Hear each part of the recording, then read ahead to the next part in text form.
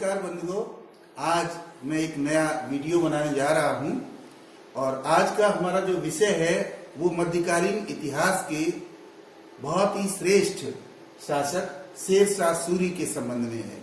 आज का विषय है शेरशाह सूरी की भू राजस्व एवं वित्त व्यवस्था। शेरशाह सूरी की व्यवस्था बहुत ही अच्छी थी, जिसको लंबे समय तक अनुकरण किया गया। ये व्यवस्था क्या थी, किस प्रकार से उन्होंने लागू किया, इसके बारे में आज हम लोग बातचीत करेंगे।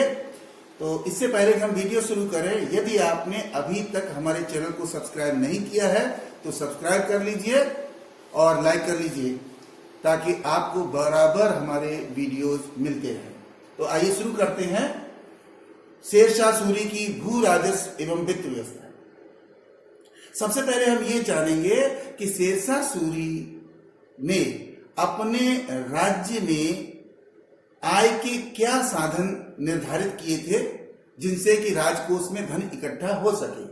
तो उसमें जो प्रमुख आय के साधन थे, इसमें भूमि पर लगान लगाना, व्यापार पर कर लगाना, लावारिस संपत्ति को खजाने में जमा करवाना, लूट के धन को खजाने में जमा करवाना, नमक पर कर लगाना और टकसाल संबंधी जो शुल्क था वो भी आय का प्रमुख साधन हुआ करता था।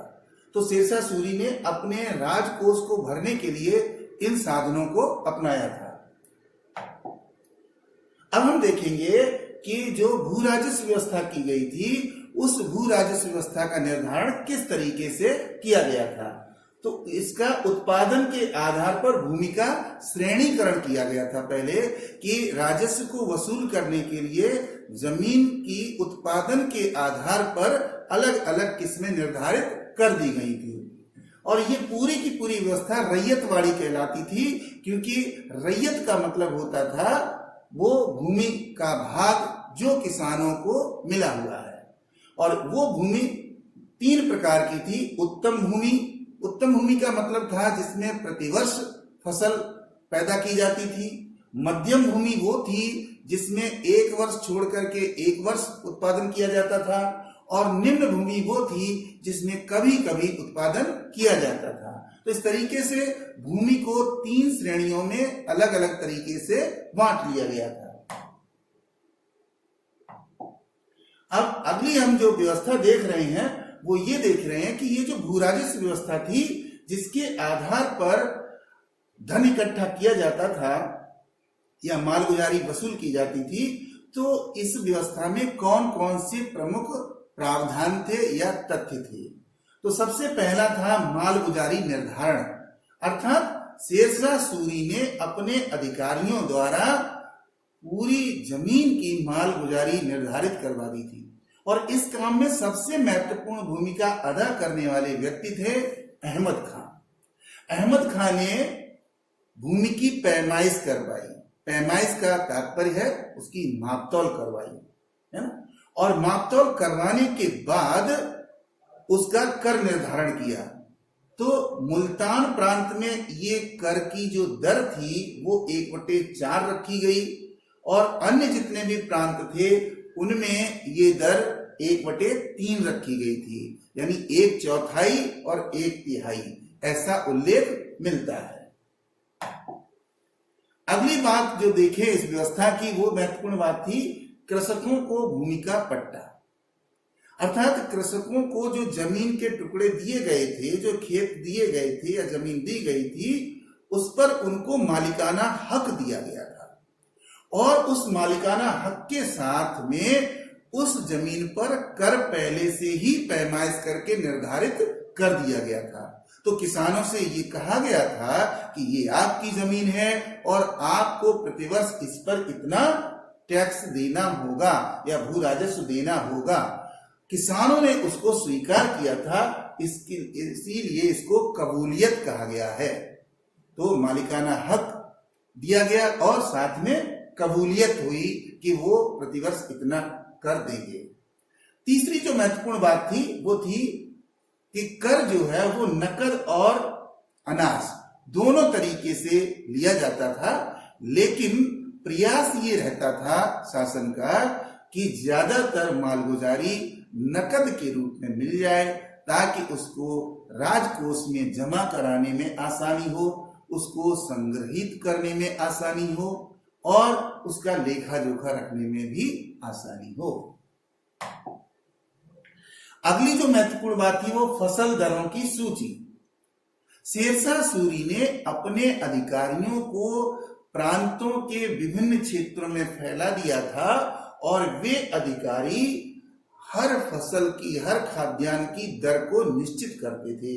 इन दरों को रई कहा जाता था, मतलब एक सूची तैयार कर दी जाती थी कि गेहूं इस भाव बिकेगा, मक्का इस भाव होगी, धान इस भाव होगा, अमुक फसल इस भाव होगी। तो ये भू राजस्व के लिए बहुत ही अच्छी व्यवस्था थी। अगली बात, जरीवाना या पैमाइश शुल्क वसूलना।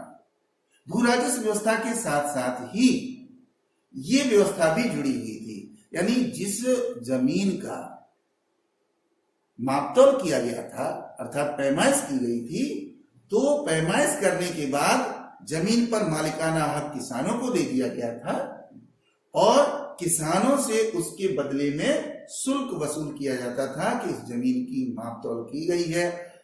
तो उससे जो धन इकट्ठा होता था उससे अधिकारियों और कर्मचारियों को वेतन देने में आसानी होती थी। दूसरा एक इसी से जुड़ा हुआ और कर था जिसको था महाशिलाना। महाशिलाना का मतलब था कर संग्रह शुल्क, अर्थात जो टैक्स वसूल करने में लोग लगे हुए थे उनके वेतन को देने के लिए भी और अन्य व्यवस्था करने के लिए ये कर निर्धारित किया गया था। और ये दोनों कर, जरीवाना और महाशिलाना, दोनों एक दूसरे से जुड़े हुए थे। तो इन दोनों करों की एक मिश्रित दर निर्धारित की गई थी। ये कम से कम 2.5% होगा और अधिक से अधिक 5% होगा, यानी किसी से भी 5% से ज्यादा ये शुल्क नहीं लिया जाएगा। अगली जो बात थी वो थी खाद्य सुरक्षा हेतु अतिरिक्त कर। ये कर ऐसा कर था कि जहां जनता अपने आप उत्पादन करती थी, अपनी खाद्यान्न की व्यवस्था करती थी, वहीं पर शेरशाह सूरी ने इसको शासन की जिम्मेदारी भी समझा था कि जनता का पालन पोषण करना, जनता को खाद्यान्न उपलब्ध कराना, ये शासन की भी जिम्मेदारी है। और इसके लिए 2.5% अतिरिक्त उत्पादन कर लिया जाता था, जो अनाज के रूप में लिया जाता था और इसका जो भंडारण किया जाता था, ताकि आपातकालीन व्यवस्था में खाद्यान्न की आपूर्ति शासन के द्वारा आसानी से की जा सके। कहने का मतलब यह है कि शेरशाह सूरी बहुत ही सतर्क था इस मामले में, सावधान था कि हमारी रियाया भूखी न रहे। अगली बात, कृषकों को फसल नुकसान पर क्षतिपूर्ति। यदि किसानों की फसल को किसी भी तरीके से नुकसान पहुंचता था, जैसे सूखा पड़ गई है, बाढ़ आ गई है और कोई बीमारी फैल गई है, या सेना ने उस क्षेत्र में युद्धाभ्यास किया है, या युद्ध हुआ है, या सेना से किसी तरीके से नुकसान पहुंचा है, तो ऐसी स्थिति में शेरशाह उन किसानों को क्षतिपूर्ति करवाता था ताकि किसानों को भुखमरी का सामना ना करना पड़े। तो शेरशाह इस मामले में भी बहुत सावधान था। अगली बात है, भूमि का जो मापन किया गया था उसके लिए इकाइयां निर्धारित थी। तो उसमें सबसे जो महत्वपूर्ण इकाई थी वो थी सिकंदरी गज। शेरशाह सूरी ने जिस भूमि का मापन करवाया उसको मापने के लिए सिकंदरी गज का प्रयोग किया गया था। ये 3/4 मीटर के बराबर होता था और इसको हाथ की उंगलियों से नापा जाता था, तो 39 अंगुल का इसको माना जाता था। और 32 इंच के आधार पर अगर देखें तो 32 इंच का होता था। तो सिकंदरी गज 3/4 मीटर का, 39 अंगुल का और 32 इंच का होता था। मापन हेतु यानी खेत के नाप के लिए या जमीन की नाप के लिए एक सन की डंडी का उपयोग किया जाता था। सन एक फसल होती है जिसकी लकड़ी काफी मजबूत होती है, उसकी डंडी का उपयोग किया जाता था और इसको कट्ठा कहते थे, जिससे कि आसानी से उसको, जिस तरीके से लाठी होती है इसी तरीके से उसको बना लिया जाता था और खेत का मापन किया जाता था। ये जो कट्ठा होता था इसकी लंबाई एक निर्धारित कर ली जाती थी कि वो 2 गज का होगा या 3 गज का होगा, उसी तरीके से उसका मापन किया जाता था। अब आगे जरीब होती थी। जरीब का मतलब एक रस्सी को जरीब के रूप में उपयोग में लाया जाता था, जिसकी लंबाई 60 गज होती थी। एक जरीब की लंबाई 60 गज होती थी और एक जरीब लंबा और एक जरीब चौड़ा। अगर खेत को मापा गया है या भूमि को मापा गया है तो उसे 1 बीघा माना जाता था, अर्थात 1 वर्ग जरीब, 1 वर्ग जरीब। अगर हम गज की दृष्टि से देखें तो 60 गज लंबी और 60 गज चौड़ी है, तो 3600 वर्ग गज का 1 बीघा होता था। 60/60 या 1 जरीब गुणा 1 जरीब बराबर 1 वर्ग जरीब। तो इस तरीके से बिल्कुल स्पष्ट व्यवस्था थी शेरशाह की, जिससे कि किसी भी तरीके का भ्रम उत्पन्न ना हो। अब हम देखेंगे आगे कि जो कर निर्धारण प्रणाली थी उसमें कुछ और तथ्य भी थे। इसमें सबसे पहला था गल्ला बक्सी। गल्ला बक्सी का मतलब है बटाई, यानी कि गल्ले को बांटना, ये थी। दूसरी थी नष्ट या मुक्ताई या कनकूट। कुछ किसानों को जमीन का कर निर्धारण करके और उसके बाद उनको दे दिया जाता था, जैसे साल भर के लिए दे दिया, फिर वो अपनी मर्जी से कोई भी फसल उसमें अपनी सुविधा अनुसार उगा सकते थे। बस उनको साल के बाद में नकद कर देना पड़ता था। तो वो जमीन जो होती थी वो एक तरीके से किसान अपनी मर्जी से कर सकता था। दूसरे जो किसान थे उनसे नकदी के रूप में या जब्ती या जमई कहा जाता था, इस रूप में भी कर वसूल किया जाता था। अगली बात थी कि रई, यानी फसलों की दर निर्धारित कर दी गई थी, जिससे कि यदि कोई भी अनाज दे रहा है तो उसको कितना अनाज देना है और वो कितने मूल्य का होगा, वो उन निर्धारित दरों के आधार पर निश्चित किया जाता था। अब अगली बात देखिए कि ये जो पूरी की पूरी व्यवस्था थी, जिसको बहुत ही अच्छा माना गया है, उस व्यवस्था के क्या गुण थे। तो अब्बास खान सरवानी, जिन्होंने कि शेरशाह के बारे में बहुत कुछ लिखा है, उसके शासन के बारे में, उसकी व्यवस्था के बारे में, वो इस भू राजस्व व्यवस्था और वित्त व्यवस्था के गुणों का उल्लेख करते हुए बताते हैं कि इसमें बहुत सारी अच्छी बातें थी। वहां से कुछ चुनिंदा प्रमुख बातों को मैंने यहाँ पर रखा हुआ है। सबसे पहली बात कि ये व्यवस्था पूर्णतः व्यवस्थित थी और न्यायोचित थी। 2 शब्दों का उपयोग किया गया है अब्बास खान के द्वारा कि व्यवस्थित थी। व्यवस्थित का मतलब पूरी जमीन को अच्छी तरीके से उसका मापन करके और सही तरीके से लागू किया गया था। अगली बात न्यायोचित थी। न्यायोचित क्यों कहा गया? क्योंकि जमीन का श्रेणीकरण करने के बाद उसको रैयत के रूप में किसानों को दिया जाता था जमीन को, तो वो मालिकाना हक किसानों का होता था और वो उस पर कबूलियत करते थे कि हमको ये टैक्स देना मंजूर है। तो इसका मतलब है कि इस व्यवस्था में जहां शासक वर्ग अपना ध्यान रख रहा है, वहीं पर किसान भी उससे प्रसन्न था, क्योंकि वो उसकी इच्छा के अनुसार होती थी, इसलिए उसे न्यायोचित माना गया। अगली बात किसानों द्वारा स्वीकार्यता।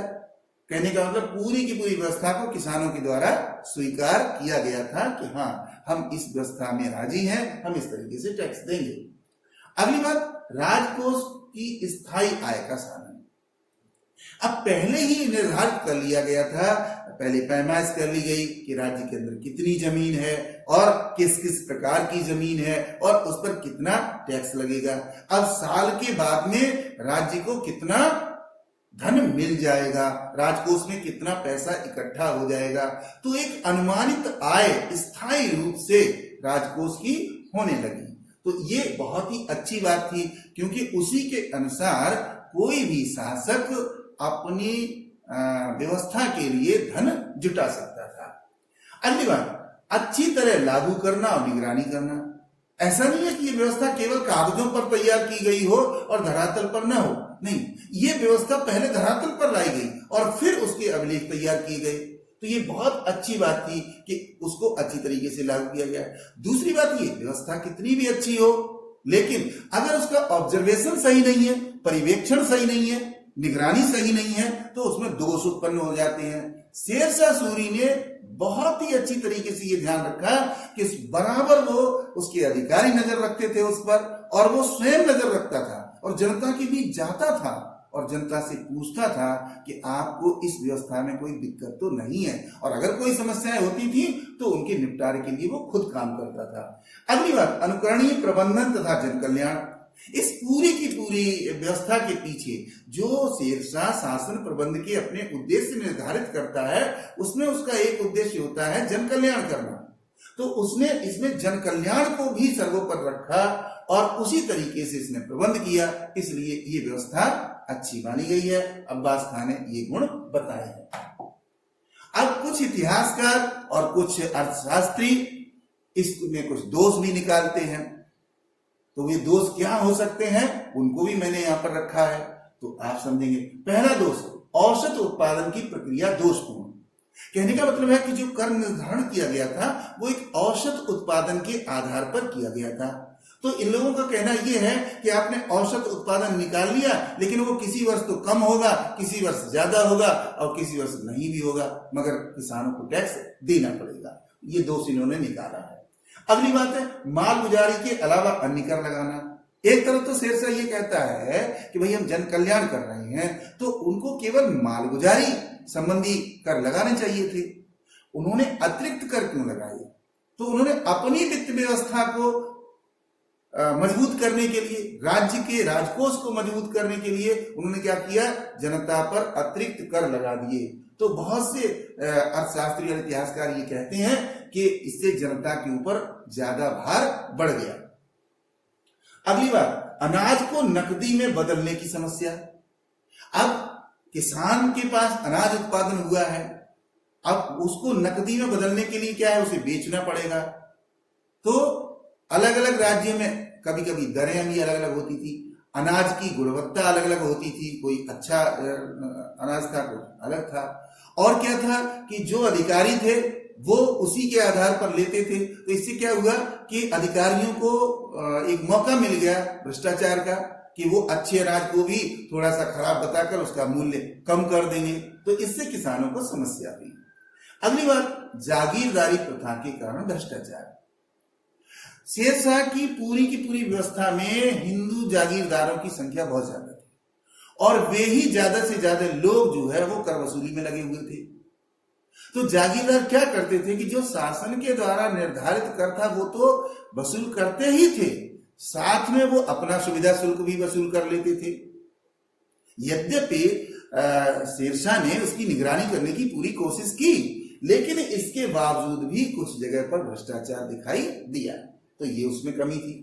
अगली महत्वपूर्ण बात है वो है मूल्यों में अंतर के कारण नुकसान। कभी कभी क्या होता था कि जो निर्धारित मूल्य थे उन मूल्यों को सभी लोग स्वीकार नहीं करते थे, क्योंकि अनाज की गुणवत्ता अलग अलग होती थी, लिहाजा मूल्यों में अंतर आ जाता था। तो एक जगह के किसान को ज्यादा कर देना पड़ रहा है, ज्यादा अनाज देना पड़ रहा है, दूसरी जगह के वाले को कम देना पड़ रहा है, तो इसके कारण भी किसानों को नुकसान होता था। अंततः हम ये कह सकते हैं कि एक श्रेष्ठ व्यवस्था थी, अनुकरणीय थी और पारदर्शी थी, कि इसमें शेरशाह ने किसी चीज को छिपाया नहीं था, कुछ भी प्रच्छन्न नहीं था जो कि स्पष्ट न हो। और ये व्यवस्था इतनी श्रेष्ठ थी कि उसके बाद में जो मुगल शासक हुए उन्होंने भी इनका अनुकरण किया। और अगर वर्तमान समय के अंदर भी देखें तो जो सिकंदरी गज उस समय चलाया गया था वो इकाई किसी न किसी रूप में आज भी हमारे बीच विद्यमान है, और जो भूमि का मापन किया जाता है उसमें बहुत सारे तत्व जो हैं वो आज भी प्रासंगिक हैं। तो इस तरीके से आपने हमारा वीडियो देखा है, हमने आप तक ये जानकारी पहुंचाई है। यदि आपको हमारा वीडियो अच्छा लगता है तो लाइक जरूर करिए, शेयर कर लीजिए और हाँ, चैनल को सब्सक्राइब जरूर कर लीजिए।